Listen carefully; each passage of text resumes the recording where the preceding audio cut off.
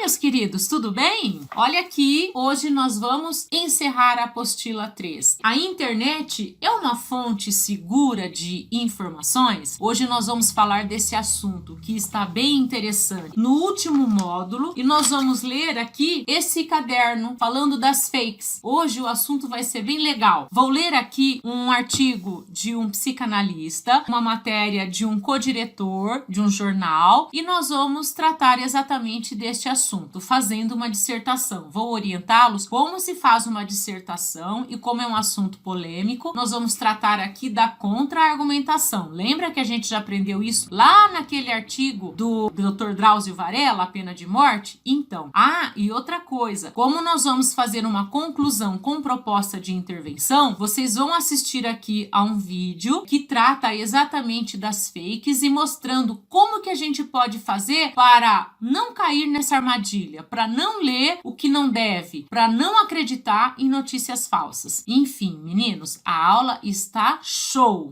Módulo interdisciplinar, páginas 570 até 575. A internet é uma fonte segura de informações? Bom, pela imagem, fake news, eu creio que não. Fake news são notícias falsas publicadas como se fossem informações reais. Esse tipo de texto, em sua maior parte, é feito e divulgado com o objetivo de legitimar um ponto de vista ou prejudicar uma pessoa ou um grupo. Geralmente, são figuras públicas. O poder de persuasão das fakes, que quase sempre apelam para a questão emocional, é maior em populações com menor escolaridade e que dependem das redes sociais para obter informações. No entanto, as notícias falsas também podem alcançar pessoas com mais estudo, já que o conteúdo está comumente ligado ao viés político. As fake news sempre estiveram presentes ao longo da história. Até o século XIX, países de língua inglesa utilizavam tal termo para denominar boatos de grande circulação. O que mudou foi a nomenclatura, o meio de divulgação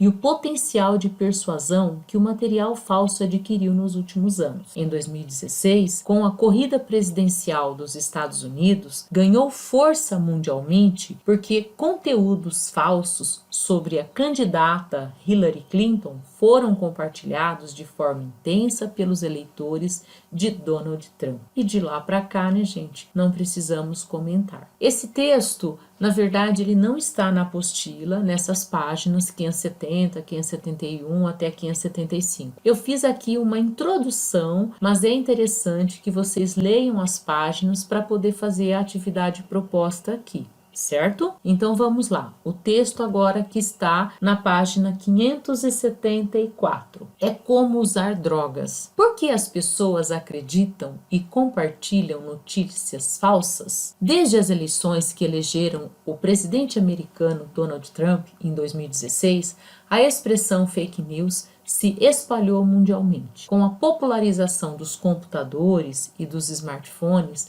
boa parte da população brasileira tem acesso a redes sociais como o Facebook e o WhatsApp diariamente e se tornou alvo de uma avalanche de notícias falsas disparadas a todo momento. Mas além de receber e acreditar em memes, fotos, vídeos e textos falsos, parte da população também compartilha esses arquivos com amigos, familiares e até mesmo em grupos de pessoas desconhecidas. Afinal, por que tanta gente acredita em fake news? Em entrevistas à BBC News Brasil, o psiquiatra e diretor da Associação Brasileira de Psiquiatria, Cláudio Martins, afirmou que as pessoas que compartilham notícias falsas experimentam uma sensação de bem-estar semelhante à de usar drogas. Quando uma pessoa recebe uma notícia que a agrada, são estimulados os mecanismos de recompensa imediata do cérebro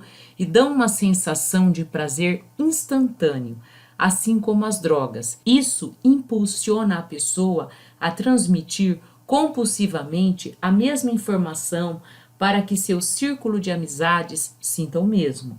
Por isso, aos encaminhadores compulsivos, explica o psiquiatra. O psiquiatra explica ainda que esse movimento leva a pessoa a imaginar que é portadora de uma novidade que deve ser contada com extrema urgência.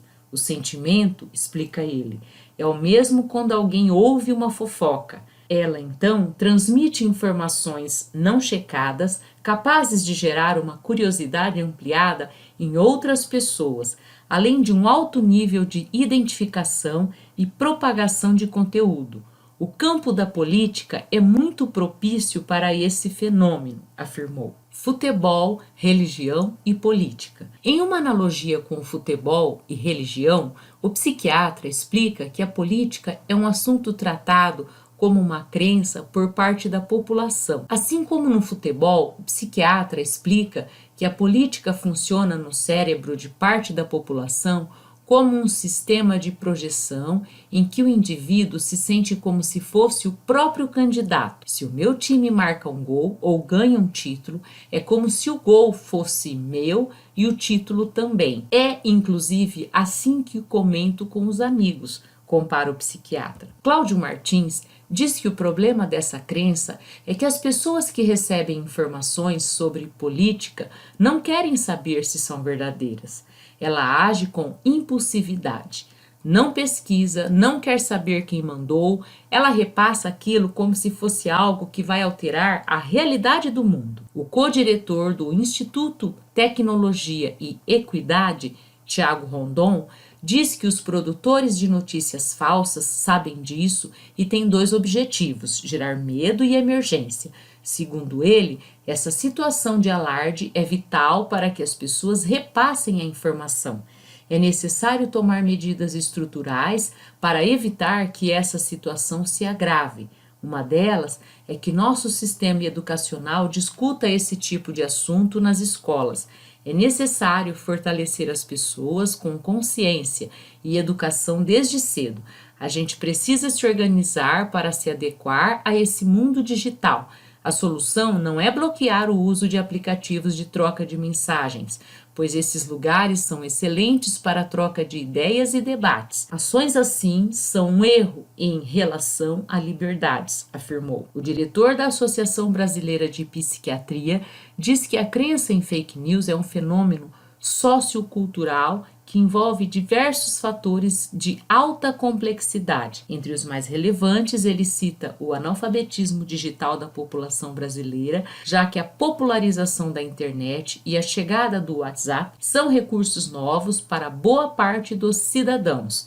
Isso demonstra claramente uma falha na educação digital que precisa ser corrigida com urgência. Prova que há uma ausência de educação digital no Brasil, afirmou. Bom, gente, esse texto, então, que nós acabamos de ler, ele traz dois argumentos de autoridade, a do especialista e a do psiquiatra. Então, nós temos aqui que ele faz exatamente uma analogia com futebol e religião. Ele explica que política é um assunto tido como uma crença inquestionável. E o outro, o especialista, ele diz que produtores de notícias falsas têm dois objetivos: criar duas correntes. Uma delas é gerar medo e a outra é uma emergência. Então aqui nós temos exatamente a síntese do texto. Agora vocês vão ler as páginas e vocês vão exatamente fazer um texto dissertativo fazendo uma comparação com a ideia desses dois especialistas, o co-diretor do Instituto de Tecnologia e Equidade, o Tiago Rondon, e o psicanalista, Cláudio Martins. Então, vocês vão concordar ou discordar das opiniões deles. O co-diretor diz que é necessário tomar medidas estruturais, uma delas é trabalhar com o nosso sistema educacional, para que realmente isso seja discutido e ensinado nas escolas, que é a educação digital. O segundo, ele fala que o analfabetismo digital demonstra exatamente essa falha na educação. E você? O que você pensa sobre este assunto? Qual é a sua opinião? Escreva uma dissertação concordando ou não com a ideia desses dois especialistas. Então, para você fazer a sua redação, para você embasar direitinho a sua opinião, para você trabalhar com argumentos sólidos, você precisa ler os textos das páginas 572 e 573. E esse texto que eu acabei agora de ler com vocês também.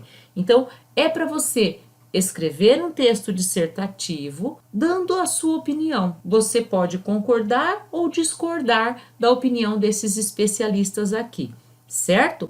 Mas como que nós podemos fazer a estrutura da nossa dissertação? Como que eu posso trabalhar com a minha redação? Aqui eu estou trabalhando com vocês a estrutura. Olha lá as sugestões que eu trouxe para vocês, para que a sua redação fique bem estruturadinha. Na introdução, você vai fazer uma contextualização. Como assim? Você pode começar trabalhando sobre essa questão. Será que a internet é uma fonte segura de informações?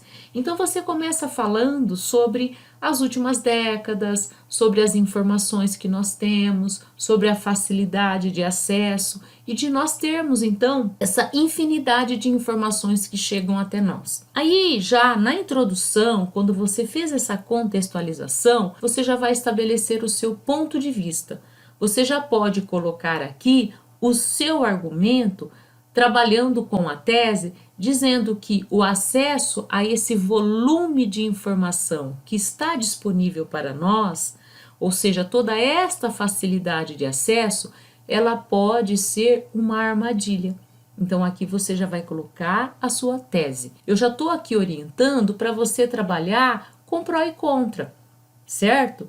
Então você vai colocar o argumento e o contra-argumento. Então você pode colocar no seu argumento essa divulgação de várias informações, essa facilidade de acesso, coisa que nós não tínhamos anteriormente. No seu contra-argumento, você vai colocar que toda essa facilidade pode ser também uma armadilha, que isso pode gerar divulgação de notícias falsas, isso pode gerar impactos negativos na sociedade. E aí você então entra trabalhando com a fake news, comentando exatamente quais são os aspectos negativos, o que vem acontecendo. Para concluir, você então estabelece uma conclusão, mais ou menos na linha daquela aula que eu já passei para vocês, orientando como se faz uma conclusão, com uma proposta de intervenção. Então, você trabalha aqui já na linha desses dois especialistas, dizendo que a nossa sociedade precisa se unir num esforço coletivo, contínuo, para orientar as pessoas, que as pessoas precisam analisar as informações. E no caso, as escolas, os pais, eles podem propor isso, essa análise de informação, para que a gente então possa diminuir essa onda de notícia falsa. Acabar, gente, é meio problemático. Eu penso que a gente não consegue acabar com a fake news. Aí vai ficar assim muito radical. Então a gente pode colocar que a gente pode minimizar, a gente pode diminuir essa onda de notícias falsas. É isso aí, gente. Agora, para vocês fazerem a redação de vocês, assistam ao vídeo que eu vou passar agora, verifiquem certinho as informações. Na proposta de intervenção, vocês poderão pegar ideias que eu vou colocar agora nesse vídeo para vocês. Depois, vocês fazem então a redação. Esta é a aula de hoje. Fiquem com o vídeo e depois então eu entro para concluir a aula. Você sabe reconhecer uma notícia falsa? Bom, primeiro nós vamos lembrar o que é uma notícia falsa e também uma expressão muito associada a ela, a pós-verdade. Bom, as notícias falsas, como o nome diz, elas não são verdadeiras, mas elas poderiam ser verdadeiras e elas parecem ser verdadeiras. Assim, as notícias falsas na atualidade não são somente aquelas de cunho engraçado, totalmente irônico, que nós sabemos que são mentiras. Elas também podem ser algumas que parecem ser verdadeiras, principalmente se nós quisermos acreditar que elas são. Devemos tomar cuidado também, porque as notícias muitas vezes têm alguma parte que é verdade, para dar legitimidade, credibilidade, e então a outra parte é uma mentira. Bom, e a pós-verdade? O que ela tem a ver com as notícias falsas? Bom, a pós-verdade, como o nome diz, se refere ao período em que a verdade já não é mais tão importante. Depois da verdade, pós-verdade. E o que isso significa na prática? Isso significa que a crença das pessoas, a fé delas, no que elas querem acreditar que é verdade, é mais importante do que a verdade em si. Assim, a pós-verdade é algo que mexe com as pessoas, é algo que elas querem acreditar. Quando se junta uma notícia falsa com uma pós-verdade, ou seja, uma notícia que tem ali algo que as pessoas querem acreditar, apesar de não ser verdade, o resultado pode ser explosivo. E como nós podemos combater as notícias falsas? Bom, para combatê-las de fato, nós precisamos entender bem 3 pilares. Os diferentes tipos de conteúdos que estão sendo criados e compartilhados, as motivações de quem cria esse conteúdo e as maneiras com que esse conteúdo é disseminado. Há 7 tipos de notícias falsas que nós podemos identificar. Primeiro, uma sátira ou paródia, que não tem a intenção de causar mal, mas pode acabar enganando algumas pessoas. O segundo tipo é uma falsa conexão, quando as manchetes, imagens, legendas dão dicas falsas para pessoas sobre o que vai ser o conteúdo, muitas vezes não de forma proposital. O terceiro tipo é o conteúdo enganoso, ou seja, o conteúdo em si é falso. Muitas vezes pode ser utilizado para prejudicar uma pessoa ou alguma causa, algum tema específico. O quarto tipo é de falso contexto. Sabe quando você não olha em que data foi publicado o texto? Pois é, a informação em si é verdadeira, só que ela pode ter acontecido anos atrás. O quinto tipo ocorre quando fontes são citadas, mas elas nunca falaram aquilo que está escrito ali.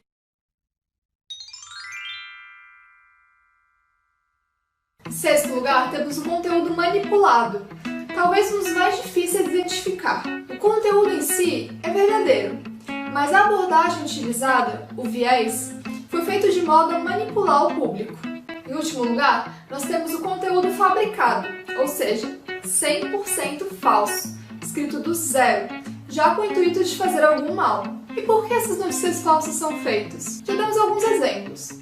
Há notícias falsas que não são feitas com a intenção de causar nenhum mal. Pelo contrário, são feitas com o objetivo de serem irônicas, se utilizarem do humor. Um exemplo no Brasil é o portal Sensacionalista. Esse é um portal somente de notícias falsas. Eles se utilizam disso para fazer críticas à sociedade. Há também as pessoas mal intencionadas mesmo, que têm o objetivo de prejudicar alguém, alguma causa, com aquela notícia falsa. Além disso, também há pessoas que lucram com notícias falsas. As fake news viraram um verdadeiro negócio. Nós conseguimos perceber isso principalmente na internet, nas redes sociais, com as chamadas iscas de clique. A pessoa é chamada por um título extremamente atrativo e clica na notícia falsa, gerando dinheiro através das propagandas que são vistas. Alguns outros motivos para a existência das notícias falsas são o jornalismo mal feito, propaganda, partidarismo ou a busca por influência política. Então, como verificar se uma notícia é ou não falsa e não colaborar com sua disseminação? Aí vão algumas dicas. Primeiro, considere a fonte da informação. Se você não a conhece, olhe outras publicações do site e veja qual é o seu propósito. Assim, se for um site de humor, por exemplo, você já vai perceber logo. Segundo, leia além do título e da manchete. Muitas vezes, os títulos podem dar uma impressão errada sobre a matéria, por isso é necessário ler o conteúdo completo. Terceiro, confira os autores, se eles realmente existem e se eles são confiáveis, através de outras publicações deles. Quarto, tente buscar outras fontes de apoio. Se você encontrar várias fontes confiáveis que relatam a mesma notícia, é mais provável que ela seja verdadeira. Quinto, confira a data de publicação antes de divulgar a notícia. Vai que você compartilha uma notícia de 2005. Em sexto lugar, se questione se não pode ser uma piada, uma sátira. Em sétimo lugar, tente verificar se as coisas que você acredita não estão influenciando o seu julgamento.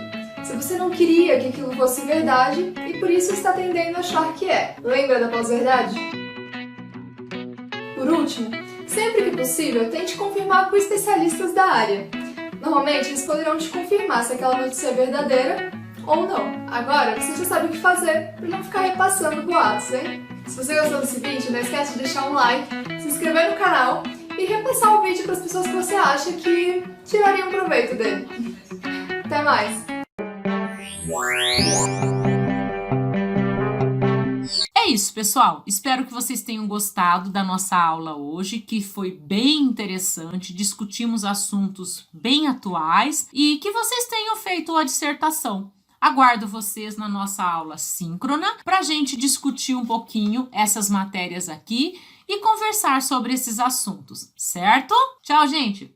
Beijo!